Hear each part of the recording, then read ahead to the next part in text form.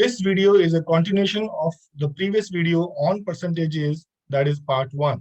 So in case you have not watched that video, please watch it and then come to this video. In this particular video, I'm going to discuss with you the subsequent concepts of percentages, that is percentage change and successive percentage change. If we have some initial quantity X, which is increased by some percentage, let's say R%, then the value changes. In fact, value increases. Let us say the final value is Y. So what happens to the value of Y? What is the value of Y we'll be getting? So we'll be getting the value of Y as 1 plus R by 100 bracket into X.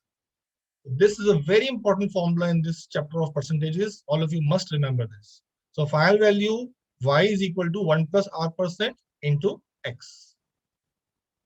Obviously, when X is decreased by R%, the final value Y will become same formula, but with minus sign in between. So we have 1 minus R by 100 into X. Percentage change. Suppose initially the quantity is X, finally it becomes Y, and I want to find out percentage change, which means in this case, I want to find a value of R. So my percentage change becomes final value minus initial value divided by initial value into 100. And that means in variable terms, it is Y minus X by X into 100. So these 2-3 formulas you all must remember so that we can solve the subsequent questions. Let us now move on to questions. So in this category, we have the first question here as A has some salary which is increased by 12% over last year and it has become 6720 rupees. So if the increase were 20%, which means instead of 12% increase, had the salary increased by 20%, what would it have become? This is what the question says. So obviously, from the first sentence of the data, we need to find out the last year's salary, which means initial salary. So from this data, I hope you can interpret that 6720 is the final value and 12% is the percentage increase. And we are asked to find out from the first part, we should find out the initial value. So if the initial salary of A was X, we know the final salary is 6720 and rate of change, that is percentage increase, is 12%. So we get 6720 is equal to X into 1 plus 12%, which is 1.12X. And that gives me the value of X as 6,000 after calculations. Now, once I know that the initial salary, that is last year's salary, was 6,000 rupees, and the second line of the question says that if the increase were 20%, it means 6,000, if it is increased by 20%, what would the salary become? So now in this portion, I now know the initial value as 6,000, percentage increase is 20%, and we want to find out the value of final value, which means Y. So our Y will become 1 plus 20% into 6,000 coming from the formula, which we have seen earlier. And that comes out to 1.2 into 6,000, that is 7,200. D option. Okay. Slightly more trickier question. So in this, we have the price of petrol increasing by 25%. So by how much percentage must a user cut down the consumption so that his expense on petrol remains constant? Obviously, the price of petrol increases, the expense also will increase as long as we don't change the consumption. But if we decrease our consumption in such a way that the petrol expenditure remains same, the question is, how much should I decrease the consumption? By what percentage? In such cases, I suggest you draw a small table like this, where we have 3 columns. First is price of petrol, second is quantity consumed, and third column is total budget, means total expenditure. So if my initial price of petrol is 100 rupees per liter and my petrol consumption is 100 liters, the budget will be 100 into 100, that is 10,000 rupees. So I'm spending, let's say, 10,000 rupees on the petrol.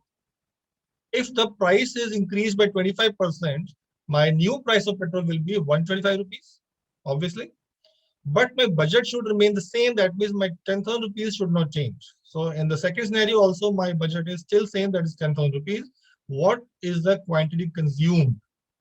I can find out quantity consumed by the formula that quantity consumed is budget divided by price. And that comes out to 80 liters.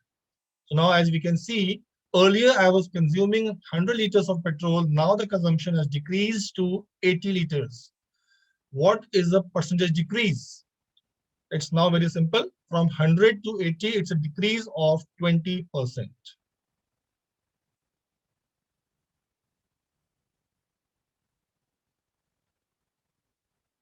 A slight variation in the previous question.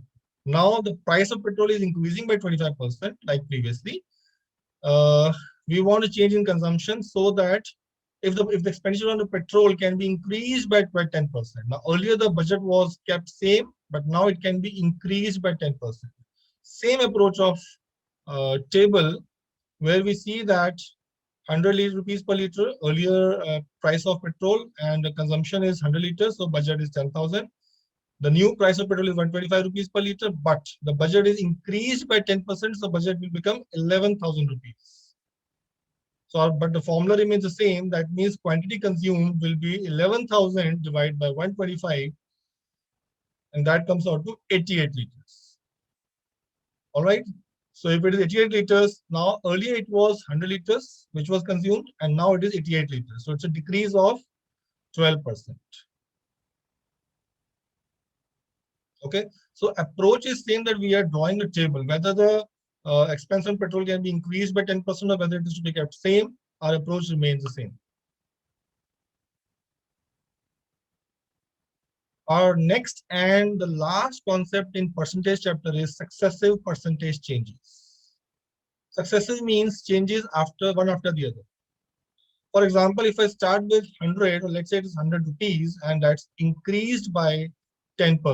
So what does it become? It becomes 110 rupees.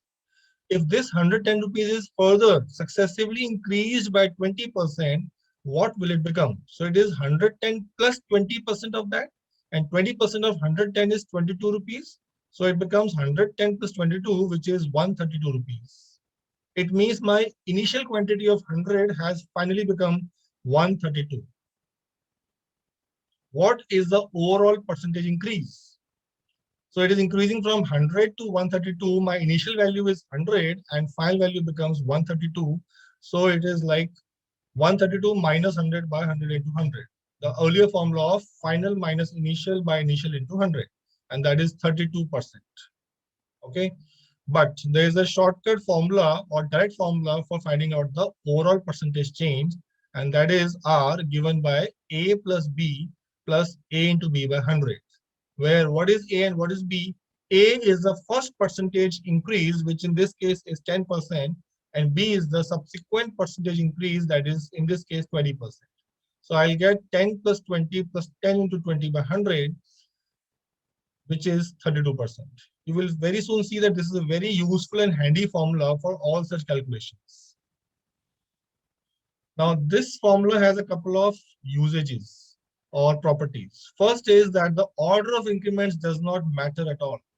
It means if I increase a quantity first by 10% and then by 20%, like I've seen here, or if it were to be increased first by 20% and then by 10%, my overall percentage change does not change. It remains the same. It means if I show you by example, 100 rupees increased first by 20% gives me 120, and that is further increased by 10% gives me 132 rupees. So you can see my overall percentage change does not change. It remains 32%. I can also use the formula that is A plus B plus AB by 100, which means 10 plus 20 plus 10 into 20 by 100, which gives me same value as if it were 20 plus 10 plus 20 into 10 by 100, and that is same as 32%. So our first understanding here is that while using this formula, please remember that the order of increments or the order of changes does not matter. Our second thing is that we can use the same formula in case of decrements as well, because we can have a situation where a quantity is decreasing by some percentage. In that case, we use negative sign, and that's the only thing you have to do.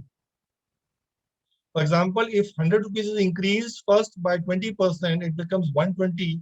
And that is, if it is decreased by 10%, I get 120 minus 12, that is 108. So it's a net overall percentage increase of 8%. I can also use the formula of successive increments, that is A plus B plus AB by 100.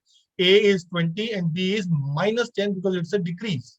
So as we can see here, the answer is finally plus 8% means it's a net increase of 8%. Third and last usage of this is that we can use the same formula for 3 successive percentage changes also.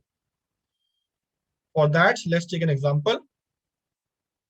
You increase a quantity by 10%, then 20%, and finally by 30%. What is the overall percentage change? So we'll apply the formula of 2 increments for the first 2 figures, that is 10 and 20% successive, and we get 32%.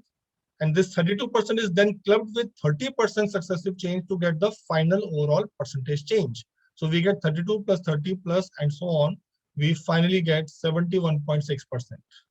So we see we can use the same formula twice over in case of 3 successive percentage changes to get to the answer. We don't need to create a new formula for 3 increments or maybe for 4 increments. Use the same formula multiple times to get to the answer. When do we use this formula? We have seen one use is when you go for successive changes, whether increments or decrements. Other is when the 2 quantities are getting multiplied. Let's understand it in some more details. For example, if I have some variable r which is equal to a into b, and in maths we have many such situations where this happens. If a is changing or increasing by, let's say, a percent and b changes by b percent, then r, capital R, will change by small r percent, where r is given by the formula a plus b plus ab by 100. Okay. Let's take an example. We have a rectangle. Its length increases by 25% and breadth increases by 40%. Find the overall percentage change in the area. Now, area is nothing but length into breadth. So we see one variable area is equal to product of other 2 variables, that is length into breadth. And here we know that length is increasing by 25%, breadth by 40%. So area will change by r percent, where r is given by a plus b plus ab by 100, and that is 25 plus 40 plus 25 into 40 by 100, which finally gives me 75%. That means my area will increase by 75%. All right. One more example, if the price of car increases by 25%, whereas revenue increases by 10%, what is the percentage change in number of cars sold? Understand that revenue is equal to price into quantity or number of things sold. So here also we have the same thing, where one variable is the product of other 2 variables. But in this case, there's a slight difference that revenue is increasing by 10%. That means the R which I was checking earlier was changing by 10%. So let's say revenue is changing by 10%, price is changing by 25%, quantity, let's say, changes by, let's say, R percent. Our formula remains the same, that is 10 is equal to 25 plus R plus 25 R by 100. That's same as A plus B plus AB by 100. And so I get the value of R here as minus 12%. Minus signifies it's a decrease. That means the number of cars sold decreases by 12%, and that will lead to the desired results, that revenue will increase by 10%.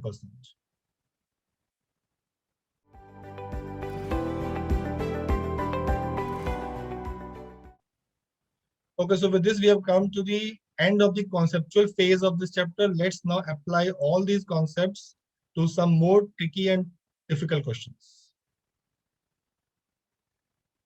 And this is our first example. And actually, this is a past CAT question. Surface area of sphere A is 300% more than that of B, and volume of B is less than that of A by how much percent? In this case, you should have, first of all, knowledge of the formulas of surface area and volumes of sphere. Let me remind for you that surface area of sphere is given by 4 pi r square, and volume of sphere is 4 by 3 pi r cube, where r is radius. So it's given in the first sentence that surface area of A is 300% more than that of B. It means SA is equal to 1 plus 300% that of S of B, which means SA is equal to 4 times SB, which means 4 pi r square, because the formula of surface area is 4 pi r square. So surface area of A will be 4 pi ra square, that is 4 times of 4 pi rb square. Upon cancellation of terms, we get ra square is equal to 4 rb square, and so ra is equal to twice rb. Now come to volume. Volume is nothing but, as we said, 4 by 3 pi r cube. So V of A is 4 by 3 into pi RA cube, but RA is nothing but 2 RB. So putting it here, I'll get 4 by 3 pi into 2 RB whole cube, and which upon simplification gives me 8 times of volume of B. So we have come to the stage that VA, that is volume of A, is 8 times the volume of B. Question is, volume of B is less than that of A by how much percent? So at this stage, I think it is convenient to say or to assume that VB is 1. If VB is 1 unit, then VA will be 8 units, because that's 8 times of VB. So basically the question becomes that 1 is how much percent less than 8. All right. And that gives me 8 minus 1 upon 8 into 100, which comes out to 87.5%. So my correct answer is B option, 87.5%. One more. So in this, we see that 28% of members are young, while rest are old, 65% of members are literates, and so on and so forth. Percentage of old people among the literates is nearest. All right. It's also a CAT problem. Like in one of the previous examples, here also we should assume that the total number of members is, let's say, 100. Out of them, 28 are young, so 72 are old. Again, because it further says 65% of the members are literate. So amongst out of 100 people, 65 are literate. So obviously 35 are illiterate.